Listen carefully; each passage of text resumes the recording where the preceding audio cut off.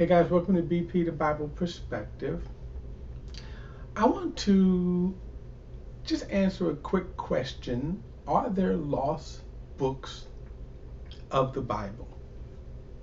Are there lost books of the Bible? Before we get into it, please like and share this video and subscribe to BP, the Bible Perspective. And as always, if you have a thought or comment, add it to the comment section below. All comments, are welcome. Now, I'm not going to really do a deep dive into this subject because there's a lot of information that certainly you could talk about and really explore with this question: are there lost books of the Bible? The first answer to that, and it all really depends upon how you answer. This is by the way, this is the book cover of one of the, again, many works on the subject of the lost books of the Bible. But it also depends on how you answer the question. And again, I'm just going to do this in a quick way.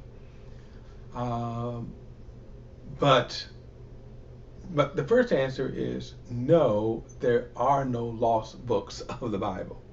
But in order to understand that, I am going to go a little deeper in that. What is meant by lost books, it depends upon who's making the statement. There are what's called the Apocrypha writings. And the Apocrypha writings pretty much, I think, show up in your Catholic Bibles today, but they're a different collection of books. Now, the Apocrypha writers were people who wrote books. And the best way to me to describe them is much like if a person was to write a book today about any subject. So let's say, for example, if I wrote a book on Martin Luther King, and then let's say I said that Martin Luther King was gay. Here's the issue with that, right? I'm writing this in a time period where knowledge of Martin Luther King is very, very knowledgeable or open. So for me to make that statement would be refuted by people who were alive at the time of Martin Luther King, who knew Martin Luther King, the many writings and stories about Martin Luther King. Now that's the way it is with these Apocrypha books. In other words, during the time of the apostles, this kind of era here in some of the times after the age of the apostles, there were writings that people tried to get into the scriptures, or to get it to be as part of the scriptures. Now, during what's called the age of the church fathers, and this was kind of important, during the age of the church fathers, part of that time period, which was really a few centuries, you figure from the end of the first century when the Apostle Paul died to around the 4th century, this was kind of known as the age of the church fathers. And basically they were Christian leaders who were respected as Christian leaders, but they did a couple of things that benefited the church.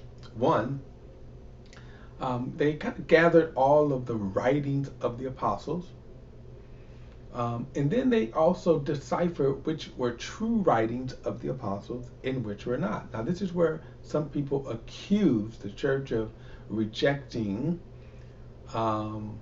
Apocrypha writings or other kinds of writings that came under the name of Christianity. Okay?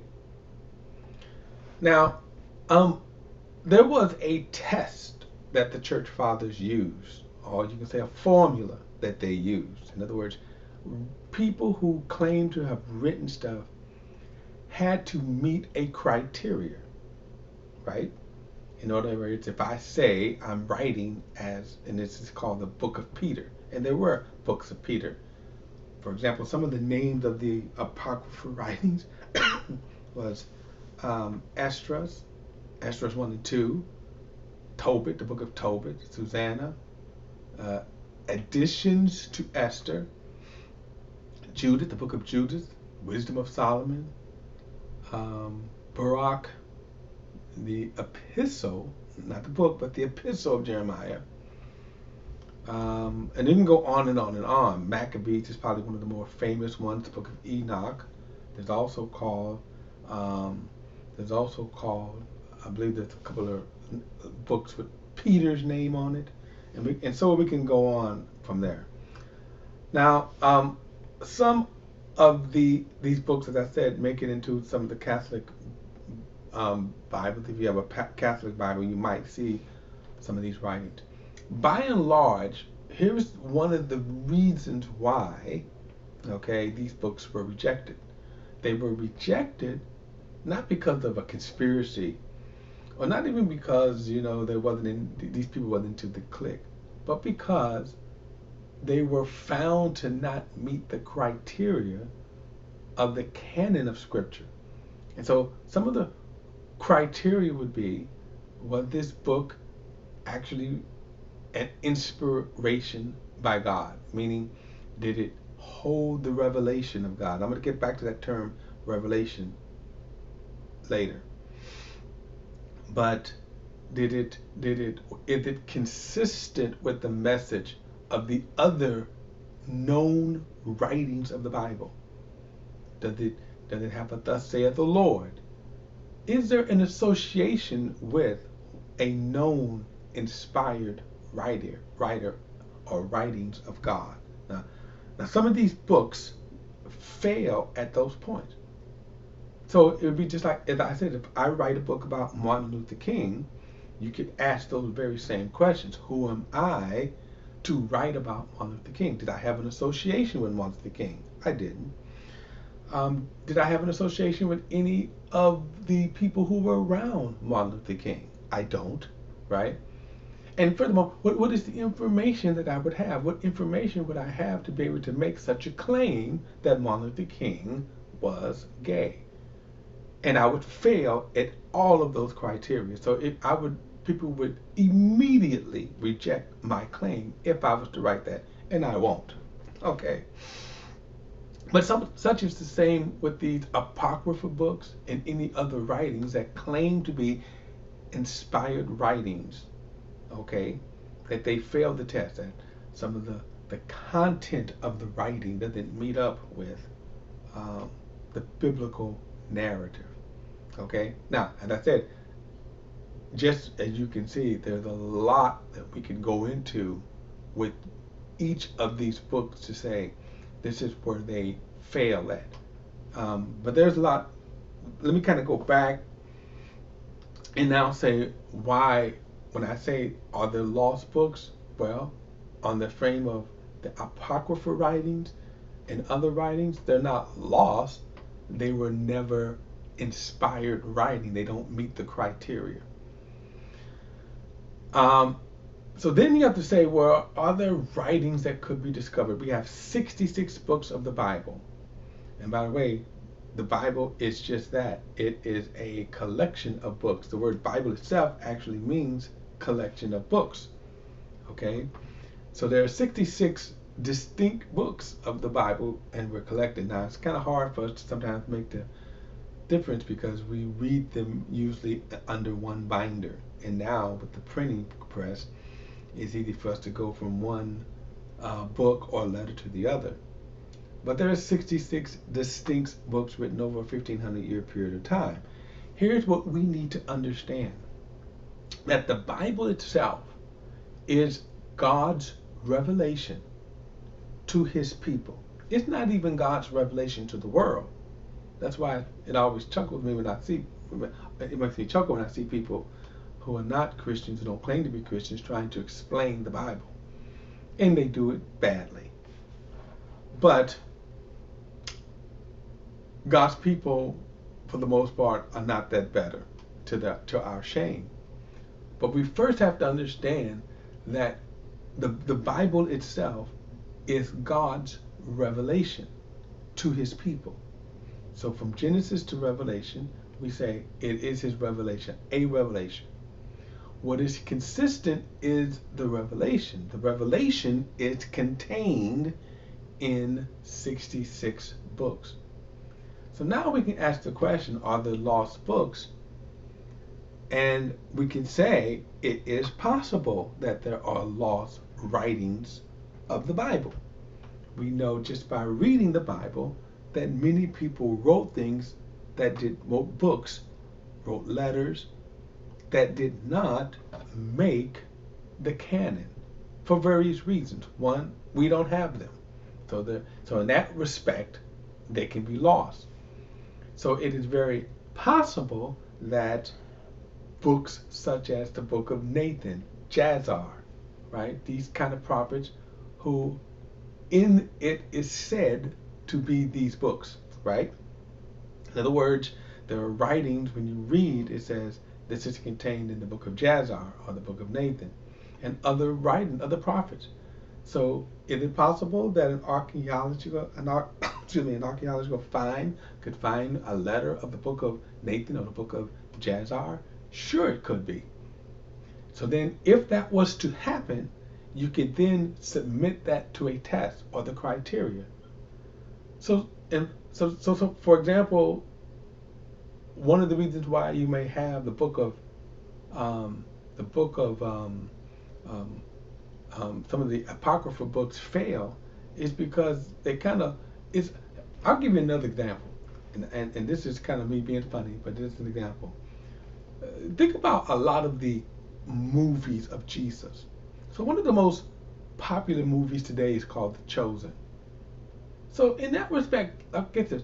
The Chosen, which is more of a Mormon take on Jesus than the actual biblical take on Jesus. And by the way, if you want to criticize me for criticizing, I know, a very popular series, remember the creators of The Chosen itself says that 95% of The Chosen is not biblical, but based upon the Bible. Okay. So right there tells you that the Chosen, how do I take The Chosen? Well, let me just say this, and I'll jump out of this frying pan / pot. Take The Chosen as simple entertainment, a movie, entertainment, Hollywood production. Okay. But my point is that they took so much liberties to present Jesus a certain way that it fails the criteria of the biblical Jesus, and that's my point. And why, so in other words, I'm not going to get into The Chosen. I have done some work on the videos on The Chosen, but anyway, but if we was to find a letter that's mentioned in the Bible that we don't have, like the prophet Nathan or the prophet, there's another one. There's several in there that's mentioned. That as you go through the book of Kings and the book of Chronicles, that is saying that these things were recorded in these books, but we don't have those writings. But if they were to be found today, and it is possible that they could be found, you would submit them to the test. See? Now, one of the things that is consistent with the biblical text is we start off with God himself giving the revelation of himself, of his son, of his message. And he chose certain people in which to do that. He would validate those people. He would prepare those people so that when they spoke, they did speak as God moved them. It doesn't mean that they were perfect people, but they spoke as God moved them. Okay? This is why a lot of other writings fail. Okay, so now when people say, then here are these books, they may have information, and sometimes they may have good historical information, but they fail at the revelation that God gave through his chosen people. Now, here's another thing. I'm not one of those. I read and interpret based on the authority of what's there. So now, these other prophets who were validated, they were chosen by God, revealed by God. God gave them the revelation to give us, and that's what make them not sincere. I'm not looking at, but that's what makes them the validated bona fide men of God, and their writings becomes scripture. Okay, so any other book, you could use that very test that the church fathers used to say, okay, do they meet the criteria? And by the way, the church fathers are not inspired men, but they just said, hey, these are the tests that we're going to use to validate whether or not if a book is a inspired writing from God. See? So the question again, are the lost books of the Bible? If you mean written by people such as the authors of the Apocrypha books, they failed the test. If you mean lost books that could be buried someplace in archaeological finds, yes, it's possible, because we already have a written, and one of the criteria would be, for example, the prophet Nathan, right? We already know, first and foremost, he did write a book. But then we can also test the content. We could test the revelation of these books.